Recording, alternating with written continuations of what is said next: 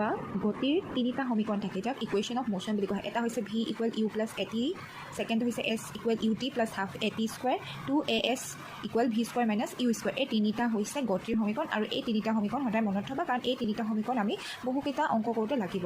তো ইয়াতে চোৱা গতিৰ তিনিটা সমীকৰণ আছে। এটা হৈছে v equal U plus A t, S equal U T plus half a t square, 2as equal v square minus u square. য'ত ইউ মানে হৈছে প্ৰাৰম্ভিক বেগ, ভি মানে হৈছে অন্তিম বেগ, এ হৈছে ত্বৰণ যিটো বেগৰ পৰিৱৰ্তন আৰু ডিভাইডেড বাই সময় আছিলে, দূৰত্ব আৰু এইটো সময়। এতিয়া আমি এই তিনিটা সূত্ৰ গ্ৰাফ ব্যৱহাৰ কৰি কেনেদৰে পাওঁ সেইটো চাওঁ আহা। এতিয়া চবতকৈ প্ৰথম কি কৰিবা, দুডাল অক্ষ আমি ড্ৰ কৰি ল'ম। এইফালে ৱাই অক্ষ আৰু এডাল এক্স অক্ষ।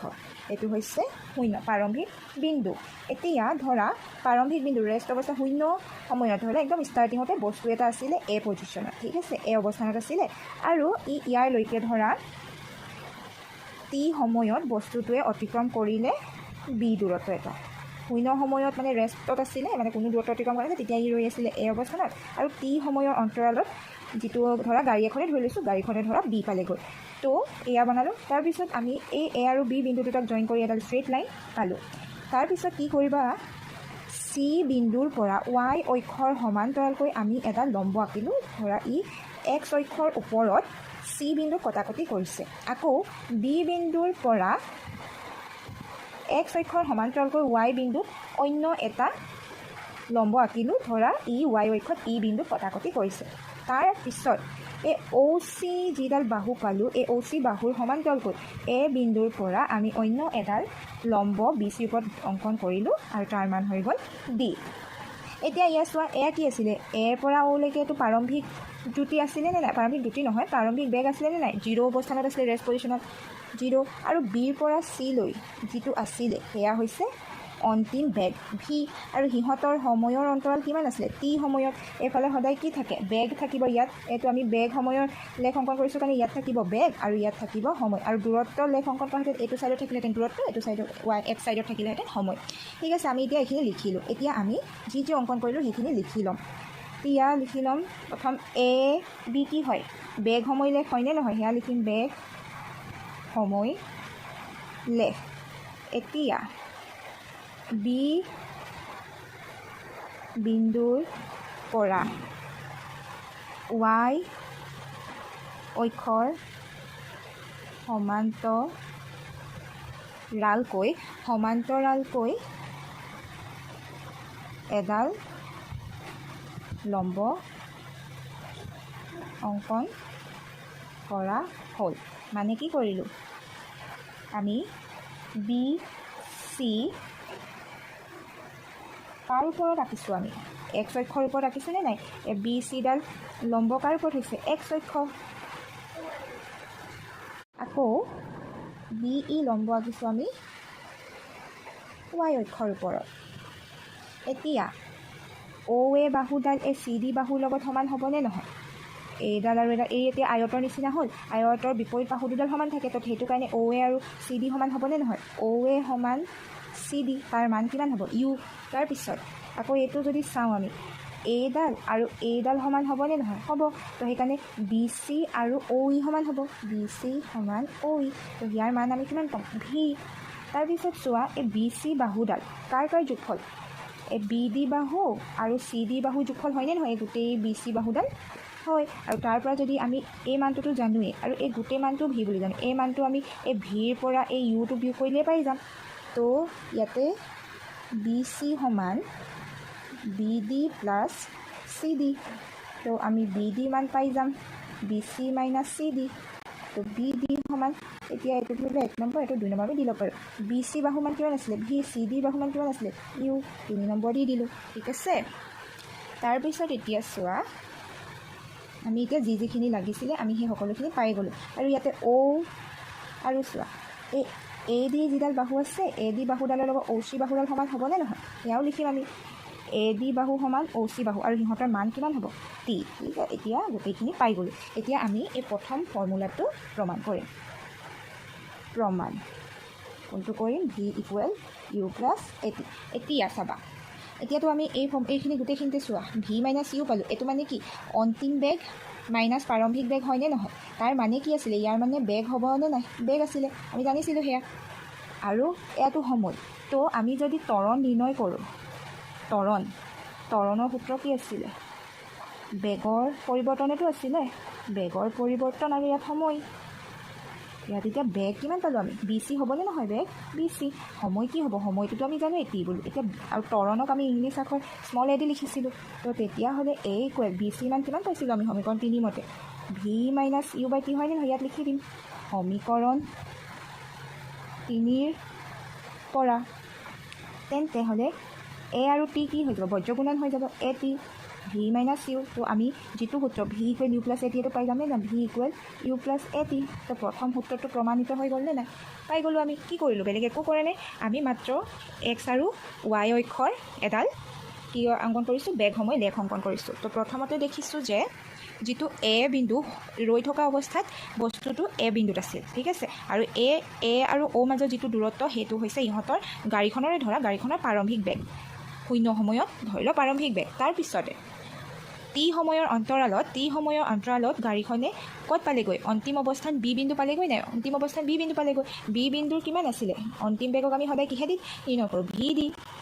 তাৰপিছত আমি কি কৰিলোঁ? এ আৰু বিক জইন কৰিলোঁ। তাৰপিছত আমি এই সূত্ৰকেইটা প্ৰমাণ কৰিবৰ কাৰণে আমি ইয়াতে কি পাইছিলোঁ? ইয়াতে এইটো পাইছিলোঁ নে? আমি যদি এই ট্ৰেপিজিয়ামটো দ্ৰুতি উলিয়াব হ'লে মানে আমি দ্ৰুতি উলিয়াব হ'লে অন্তিম বিন্দু আৰু প্ৰাৰম্ভিক বিন্দুৰ মাজৰ পাৰ্থক্যটো উলিয়াওঁ, বা যদি আমাৰ দূৰত্ব নিৰ্ণয় কৰিবলৈ হয় আমি গোটেই ট্ৰেপিজিয়ামটো কালি উলিয়াওঁ। ঠিক তেনেকৈ একে চিত্ৰটো ইয়াতে পালোঁ আমি। সেইটো কাৰণে আমি কি কৰিলোঁ? মিলাই ল'লোঁ বস্তুখিনি গোটেইখিনি। আমি কি কৰিলোঁ? বি বিন্দুৰ পৰা অ' এক্সৰ ওপৰত বি চি লম্ব টানি দিলোঁ।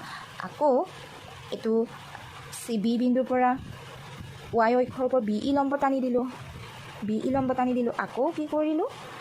এ বিন্দুৰ পৰা এই অ' চিৰ সমান্তৰালকৈ বি চি বাহুৰ ওপৰত এ ডি লম্বডাল অংকন কৰি দিলোঁ।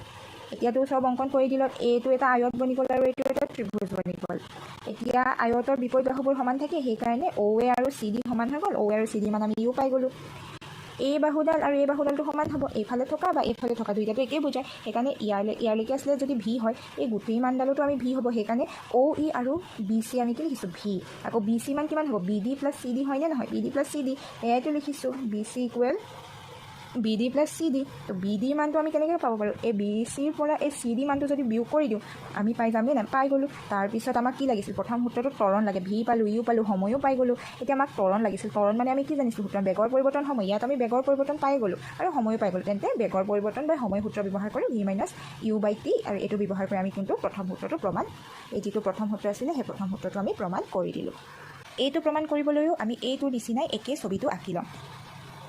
বেগ আৰু সময়ৰ লেখটো আমি অংকন কৰি ল'লোঁ। ৱাই অক্ষ, এক্স অক্ষ, এইফালে ৱাই অক্ষত হ'ব বেগ, এক্স অক্ষত হ'ব সময়। অ' বিন্দু এয়া প্ৰাৰম্ভিক বিন্দু, ইহঁতৰ মাজৰ বেগ ইউ, এয়া অন্তিম বেগ, আৰু ই অতিক্ৰম কৰিছে টি সময়ৰ অন্তৰালত। এতিয়া আমি এডাল লম্ব আঁকিলোঁ চি, পুনৰ ৱাই অক্ষৰ ওপৰত এডাল লম্ব কৰিম বি ই। এতিয়া অ' চিৰ সমান্তৰালকৈ এ ডি অন্য এডাল লম্ব আঁকিলোঁ। এতিয়া তাৰপিছত তুমি লিখাখিনি এইখিনি সদায় লিখি ল'বা। গোটেই 3টা সূত্ৰ প্ৰমাণ কৰোঁতে এই ছবিটো আঁকিবা আৰু এ বিৰ পৰা এই সময় টি সমীকৰণ 4লৈকে সদায় লিখি ল'বা। এই সমীকৰণ লিখাৰ পিছত মাত্ৰ এই প্ৰমাণডোখৰহে সলনি হ'ব গোটেইকেইটাত, ঠিক আছে। এতিয়া চোৱা, ইয়াৰ ক্ষেত্ৰত আমি কিন্তু অকণমান বেলেগ কৰিম। ইয়াৰ ক্ষেত্ৰত আমি এই ট্ৰেপিজিয়ামটো ধৰি ল'ম এ বি চি অ'। এই যিটো এই দ্বিতীয় সূত্ৰটো ব্যৱহাৰ কৰিবৰ কাৰণে আমি এই ট্ৰেপিজিয়ামটোৰ কালি নিৰ্ণয় কৰিম। লিখাখিনি এই মাজৰ টুকুৰাটোত তুমি সদায় এ বিৰ পৰা এই 4 নম্বৰ সমীকৰণলৈকে লিখি ল'বা। তাৰ পিছৰ প্ৰমাণটো চোৱা। তাৰ পিছৰ প্ৰমাণটো হ'ব যে দূৰত্ব S equal O' A B C ট্ৰেপিজিয়ামৰ কালি, ঠিক আছে। অ' এ বি চি ট্ৰেপিজিয়ামৰ কালি।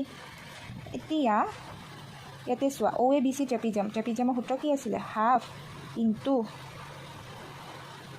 সমান্তৰাল বাহুৰ পূৰণফল যোগ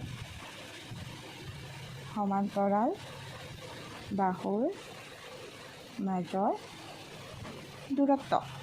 এতিয়া হাফটোতো থাকিবই। এতিয়া সমান্তৰাল বাহু দুটা কোন দুটা?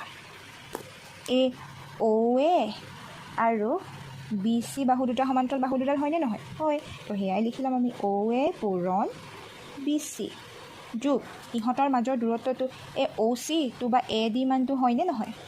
তো লিখি ল'ম ধৰা অ' চি।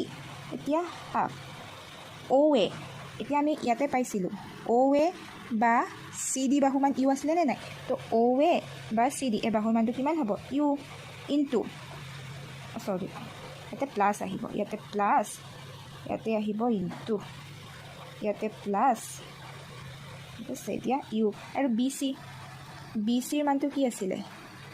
এইটো বি চি মানে ভি আৰু অ' ই মানে ভি আছিলেনে নাই? বি চি, বি চি মানটো কি আহিব? V u plus v into O' C, O' C বা এ ডি, অ' চি বা এ ডি বাহুৰ মান আমি কিমান পাইছিলোঁ? টি, মানে সময় আছিলে নাই? দূৰত্ব আহি গ'ল।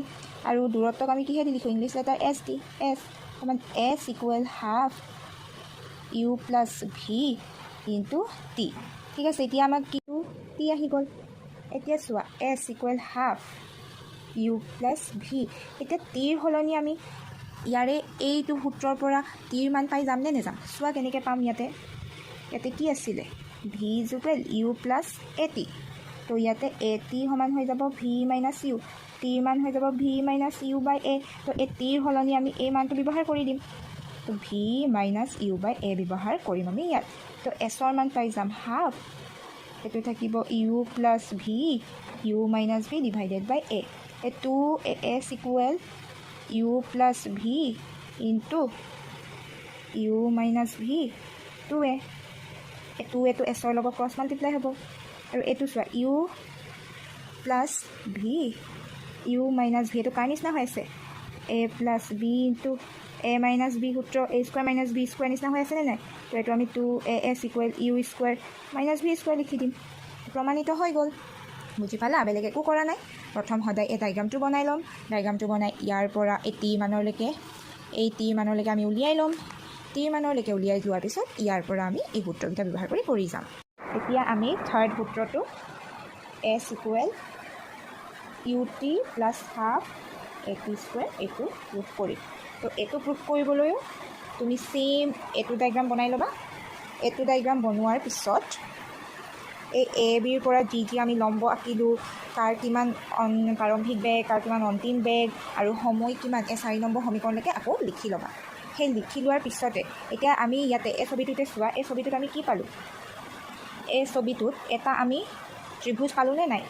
এ বি ডি এটা ত্ৰিভুজ পালোঁ, এ বি ডি ত্ৰিভুজ পালোঁ আৰু এ অ' চি ডি বা এ অ' চি ডি এটা আয়ত পালোঁ। তো আমি যদি এতিয়া আমাক কি লাগে? ইয়াত দূৰত্ব। তো আমাক যদি এতিয়া দূৰত্ব লাগে তেনেহ'লে আমি কি কৰিম? দূৰত্ব এছ, দূৰত্ব পাম আমি কি কৰি? এই ত্ৰিভুজৰ কালি আৰু এই আয়তৰ কালি যোগ কৰি আমি দূৰত্ব পাম। আৰু এই দূৰত্বটোৰ পৰা আমি এই সূত্ৰটো পাম। তো লিখিম ত্ৰিভুজ এ বি ডিৰ কালি যোগ ত্ৰিভুজ এ অ' চি ডিৰ কালি সমান ত্ৰিভুজৰ কালি আমি কি বুলি ক'ম? হাফ এছ ইকুৱেল ভূমি পূৰণ উন্নতি আৰু আয়তৰ কালি কি থাকে? দিক পূৰণ প্ৰস্থ বা এছ ইকুৱেল দিক পূৰণ প্ৰস্থ আমি ইয়াতো লিখি ল'ব পাৰোঁ। দিক পূৰণ প্ৰস্থ যোগ হাফ ইনটু ভূমি পূৰণ উন্নতি হৈ গ'ল। এছ ইয়াৰে এতিয়া দিক কিমান হৈছে? অ' চি হৈছেনে নাই হোৱা? অ' চি। প্ৰস্থ তুমি এও ল'ব পাৰা, এ অ' প্লাছ হাফ, ইয়াৰে ভূমি কোনটো হৈছে? A D. উন্নতি কিমান হৈছে? B D. এতিয়া চোৱা অ' চিৰ মান আমি কিমান পাই থৈছিলোঁ আগত প্ৰমাণ কৰোঁতে? অ' চিৰ মান আমি অ' চি বা এ ডিৰ মান আমি টি বুলি পাইছোঁনে নাই পোৱা? ইয়াতে টি। তো অ' চি মান হৈ গ'ল টি। অ' এ বা অ' এ লিখা বা তুমি এও লিখা, কথা একেটোৱে। অ' এ বা চি ডি তাৰ সমান কিমান আছিলে? ইউ, মানে এইডোখৰ হয়নে নহয়? U plus half. এতিয়া এ ডি, এই এ ডি মানটো এ ডি টি হয়নে নহয়? এ ডি মানটোতো টিয়ে হয়। কিন্তু বি ডিৰ মান আমি কিমান বুলি পাইছিলোঁ? এই বি ডিৰ মান আমি ইয়াতে ভি মাইনাছ ইউ পাইছিলোঁনে?